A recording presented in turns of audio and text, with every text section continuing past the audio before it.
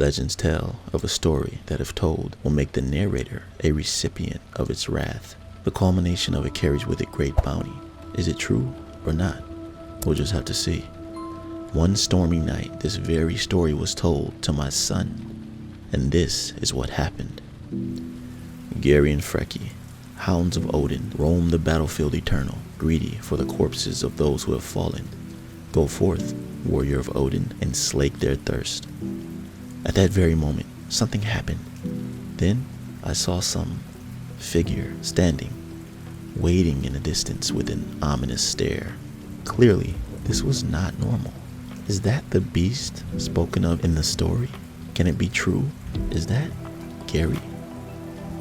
My paternal instincts immediately kicked in as I positioned myself in between this beast and my son. And in the blink of an eye, we were in the thick of it. Just like that, my son was attacked by Frecky, whilst Gary and I were engaged in this tumultuous back and forth. Clever are these beasts indeed. Nothing I can do except watch as he was taken from me.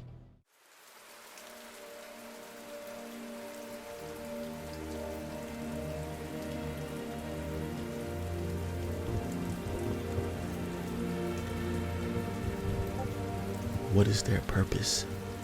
What do they gain from such a horrendous act? I must do something. Yet, I'm fearful.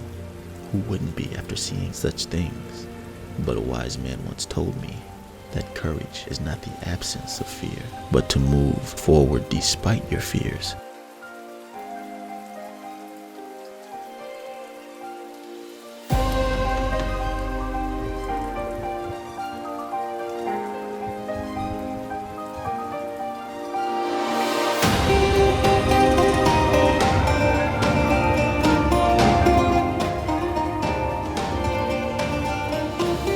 So my journey has begun.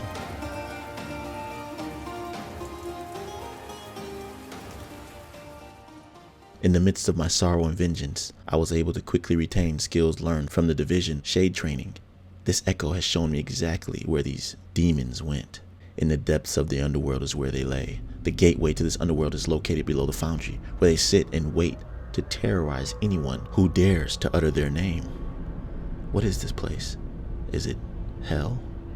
No, just a place where destiny has led me to destroy these abominant, because death is just another path, and it'll be well worth the sacrifice in exchange for the life of my son.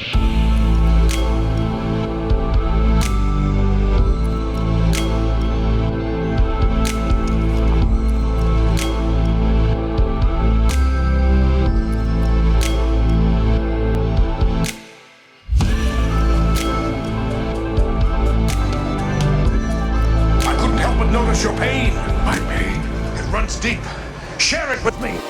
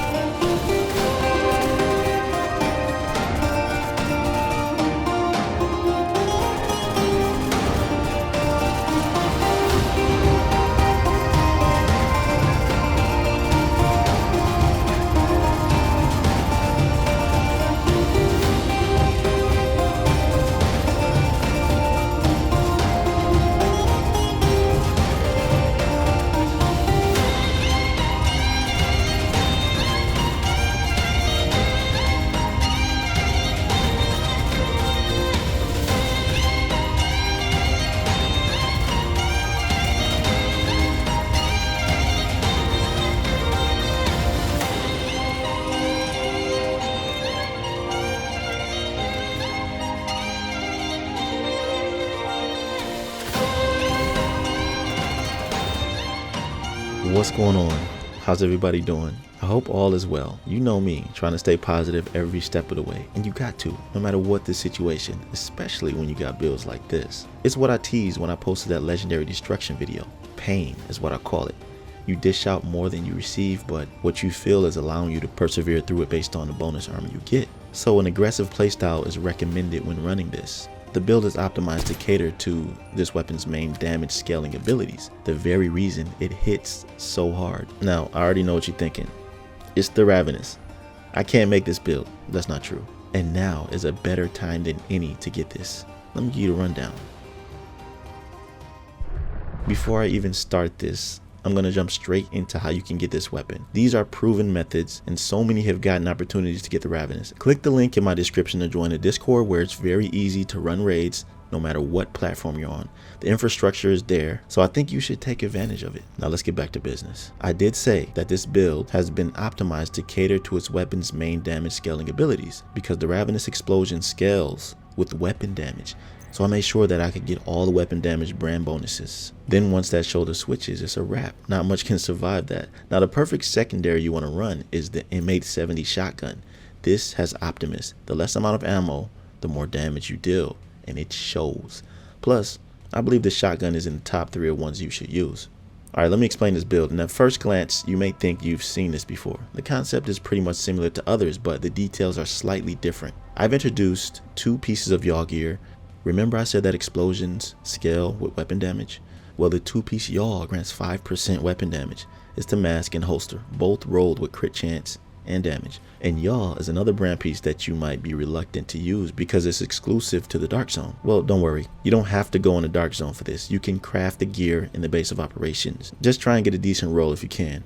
You should be fine. And if you do get low rolls, then you could just optimize it over time. The chest piece, I initially wanted to use Badger Tuff's Perfectly Unbreakable, so I could increase the MA70's base weapon damage, but I figured it already hits hard enough, so I decided to go with more crit, which is why I have Ceska with Unbreakable. This is what helps you withstand the pain while face tanking, then switching shoulders once your armor breaks.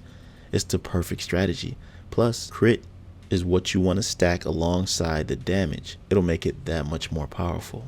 The backpack is a second source of weapon damage that you need to scale for more damage with the Ravenous. It's the Walker and Harris. This thing was so annoying to try and get, especially with the right rolls, which is why the rolls are so bad. Eventually I'll max it out to where it needs to be, but Vigilance is a talent you want, and when all the stars align and someone is hit with this, the damage is crazy. I mean, even without Vigilance active, it hits hard. Vigilance is just a bonus. It's what also helps me gain the crit I need to make my damage be over the top.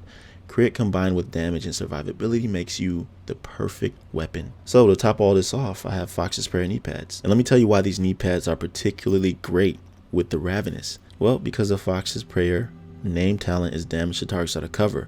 One of the Ravenous's attributes is also damage to targets out of cover, rare on an exotic.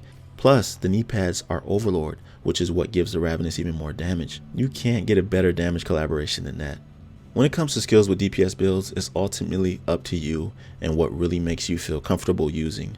For me, I prefer the EMP Sticky Bomb. This offsets enemies in both PvP and PvE, a great low cooldown skill for many situations. And if you want to use a Revive Hive in legendary missions, that's great too. But I don't recommend using the Crusader Shield, because with the Ravenous, switching shoulders is something you'll be doing often. And you can't do that if you have a shield on you. Now, as you can see, the stats are very impressive. Seems like this build has everything, right? It takes a bit more effort to farm than other builds, but if you want something above average that gets results, I think that's what you should do, and it'll be worth it. I appreciate you all stopping by. Let me know what you think of this one, and don't forget to drop a like and subscribe to my channel if you're new. I'll catch you later. Be right out.